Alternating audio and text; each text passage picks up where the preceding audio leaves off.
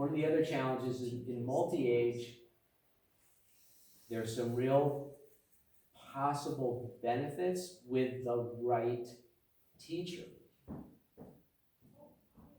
Get a challenging teacher personality student combination, and they happen, and that knocking heads is gonna go on for 2 years. There's no place to go. There's no place to go. So there are things that scale, opportunities that scale create, and opportunities that scale ameliorate. Which ones do you wanna face?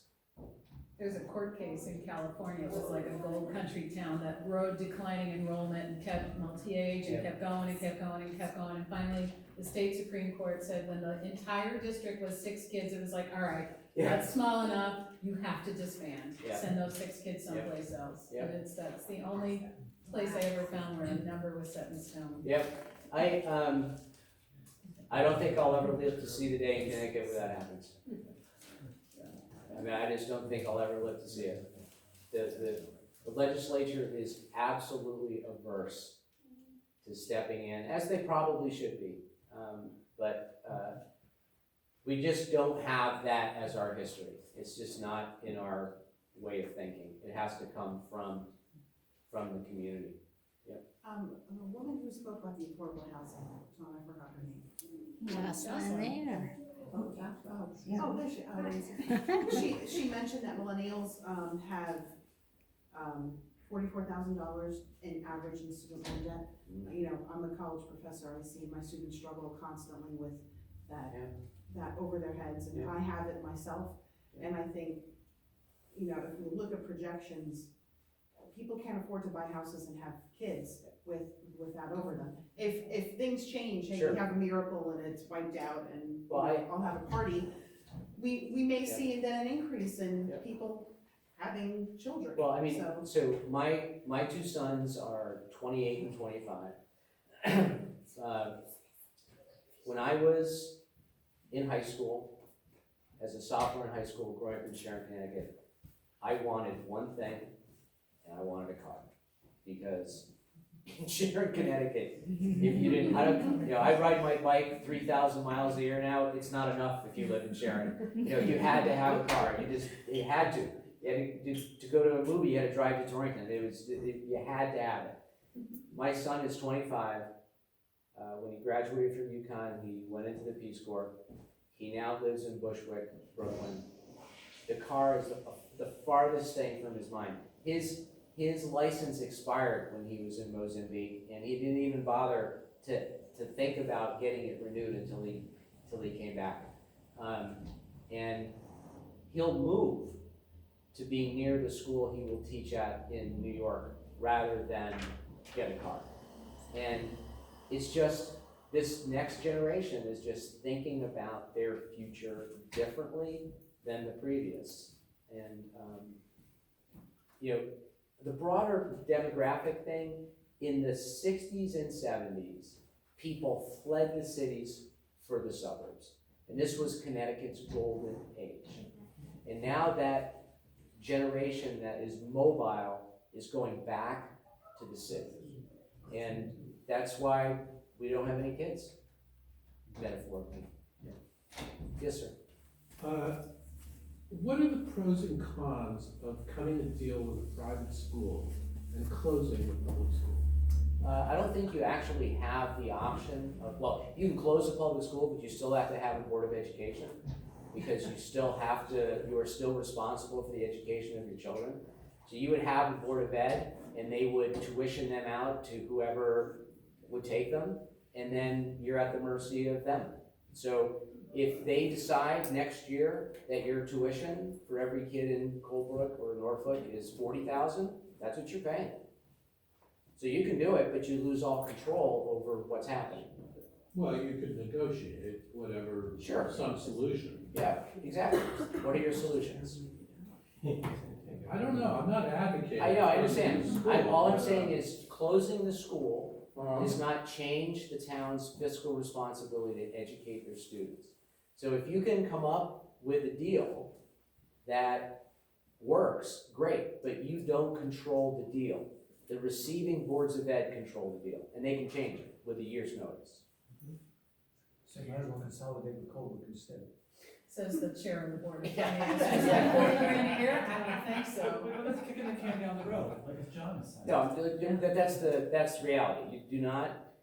You have a responsibility under the Connecticut Constitution to educate the children who live, the school-age children who live in your town. How you do it is up to the community, but closing the school simply disperses that financial responsibility and actually give you less control over your end costs. You can control it on a year-to-year basis, but if all your receiving schools decide to No, you don't send them to a receiving public school. You say you make a 5-year deal with a well-regarded private school. Oh, great. They don't have to follow any of the same provisions. So are they gonna do special ed too? You're gonna be on the hook for that, so you might as well get ready for that. And then transportation. Yeah, you gotta do that too. To Lakeville. Unless you're proposing yeah. to do, I private encourage you to schools explore it. Unless you're. I'm just doing asking, private because, it's gotta be. I'm saying, you can do it, but you do not change any of your obligations under the law.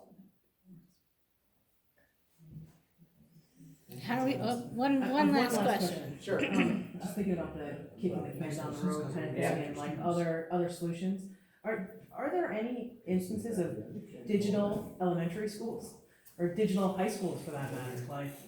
There are many more examples of digital high schools than there are digital elementary schools. It's just the total hands-on developmental nature of education at that age. Yeah, but when you get two in a classroom. I understand. There's a company I called understand. K-12 Inc. that a lot of homeschoolers use, Yeah. and there's a lot of talk on Twitter today. I was talking about this as far as, because the middle schools and high schools are prepared, and colleges, we got an announcement today, proceed as normal right now, Yep. but in case you have to go fully online, like, Yeah, I'm already ready. And But and- the K to 6 aren't, and The- so, can I just Yeah, finish? go ahead. So people are saying, we wonder if K-12 Inc. is gonna start pushing for free, 6 months of free use to sort of push their platform onto public school districts, to try to get them hooked in. So it's a big, because they are for-profit, they're not a not-for-profit. Right. And, okay, that's all I have to it's say. okay. Just beware, in the discussion, beware the outlier. Yeah, because, if you've read I think it's called Education, right? The woman she was raised Yeah, in she was homeschooled. raised in a Mormon house in Utah, abused by her father, didn't have any formal education until she was high school age, and then it went on to be, an author and went to Utah State successfully. Terrific. Abe Lincoln taught himself to read. Why don't we just do that, right? Have everybody teach themselves to read. Well, outliers don't make good models for building systems. So there may be an instance where, it worked fine for that family, neither of my children would be alive if I had to have homeschool. It would not have worked. I have all kinds of patience for other people's children. Amen. Right? So, for some people it works, and for others it doesn't.